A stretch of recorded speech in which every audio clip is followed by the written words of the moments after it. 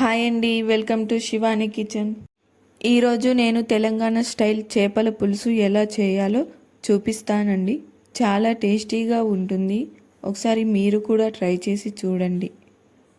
ముందుగా దీనికోసం నేను 2 కేజీల చేపలను తీసుకున్నాను. ఈ చేపలను ఉప్పు వేసి నీట్గా క్లీన్ చేసి పక్కన పెట్టుకోండి. ఇప్పుడు దీనికోసం ఒక నిమ్మకాయ సైజంత చింతపండుని తీసుకొని నీట్గా శుభ్రం చేసుకొని వాటర్ వేసుకొని నానబెట్టుకోండి.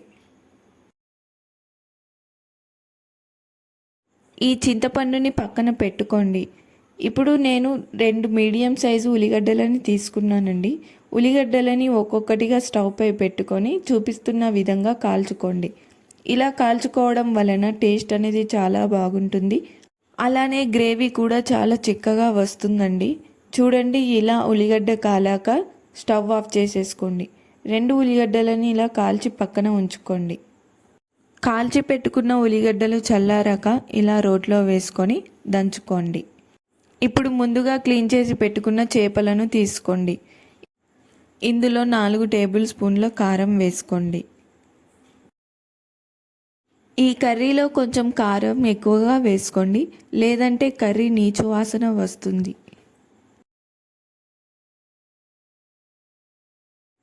కారం వేసుకున్నాక మీకు రుచికి సరిపడా ఉప్పు వేసుకోండి.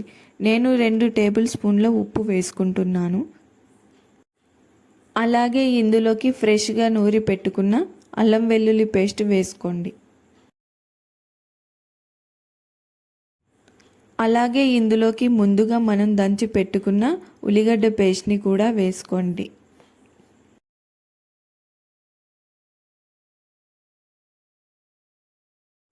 ఇప్పుడు కారం అంతా చేప ముక్కలకి పట్టేలాగా ఒకసారి మంచిగా కలుపుకోండి.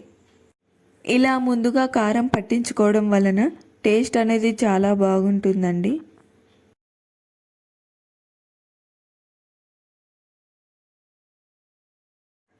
చూడండి, ఇలా కలుపుకొని పక్కన పెట్టుకోండి.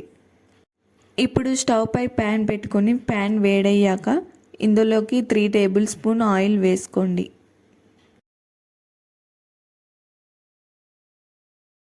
ఆయిల్ వేడయ్యాక ఇందులోకి మీడియం సైజు ఆనియన్ని కట్ చేసి వేసుకోండి.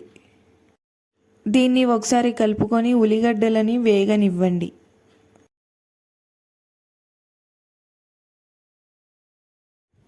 ఉల్లిగడ్డలు వేగాక ముందుగా మనం మసాలా పట్టి ఉంచుకున్న చేప ముక్కలను ఇందులో వేసుకుందాం.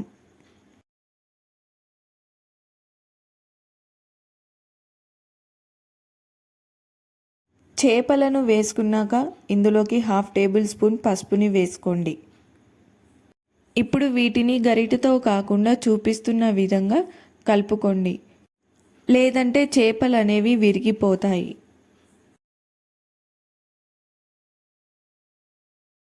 ఇలా కలుపుకున్నాక ఇందులోకి మనం ముందుగా రెడీ చేసి పెట్టుకున్న చింతపండు రసాన్ని ఇందులో వేసుకుందాం. అలాగే ఇందులోకి 1 లీటర్ వరకు వాటర్ని కూడా వేసుకోండి.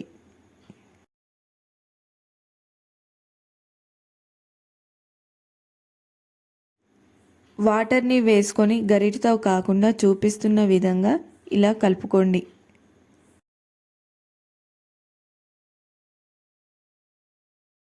ఇప్పుడు ఈ కర్రీని 15 నిమిషాల పాటు మంటని మీడియం ఫ్లేమ్లో పెట్టుకొని మూత పెట్టుకొని ఉడకనివ్వండి. 15 నిమిషాల తర్వాత మూత తీసి ఇందులోకి 1/2 టేబుల్ స్పూన్ గరం మసాలాని వేసుకోండి. అలాగే ఇందులోకి 1 టేబుల్ స్పూన్ ధనియాల పొడిని వేసుకోండి. అలాగే ఇందులోకి వేయించి పెట్టుకున్న జీలకర్ర మెంతి పొడిని కూడా వేసుకోండి. ఇప్పుడు ఈ మసాలాలన్నీ కర్రీలో కలిసిపోయేలాగా ఒకసారి ఇలా కలుపుకోండి. గరిటెతో మాత్రం కలపకండి, చేప ముక్కలు విరిగిపోతాయి. ఇప్పుడు ఈ కర్రీని 15 నిమిషాల పాటు ఉడకనివ్వండి. 15 నిమిషాల తర్వాత మూత తీసి చూద్దాం. చూడండి, కర్రీ అనేది చక్కగా ఉడికింది. గ్రేవీ కూడా చాలా చిక్కగా వచ్చిందండి. మీకు గ్రేవీ కొంచెం ఎక్కువ కావాలనుకుంటే కొన్ని వాటర్ వేసుకొని 5 నిమిషాల పాటు ఉడకనివ్వండి. కర్రీ అనేది చక్కగా ఉడికిందండి. మూత పెట్టుకొని స్టవ్ ఆఫ్ చేసేయండి. ఇంతేనండి, చేపల పులుసు రెడీ అయింది. చాలా ఈజీగా చేసుకోవచ్చండి ఈ చేపల పులుసు. చాలా టేస్టీగా ఉంటుంది. ఒకసారి నేను చెప్పిన ప్రాసెస్లో ట్రై చేసి చూడండి. చాలా అంటే చాలా టేస్టీగా ఉంటుంది. మీరు నా ఛానల్ ఫస్ట్ టైం చూస్తున్నట్టయితే లైక్ చేసి సబ్స్క్రైబ్ చేసుకోండి. అలాగే పక్కన ఉన్న బెల్ ఐకాన్ని క్లిక్ చేయండి. దీని వలన నేను పెట్టే వీడియోస్ అన్నీ మీకు వస్తాయి. ఇలాంటి మరెన్నో రెసిపీస్ మీకోసం ట్రై చేసి చూపిస్తానండి. Thank you for watching.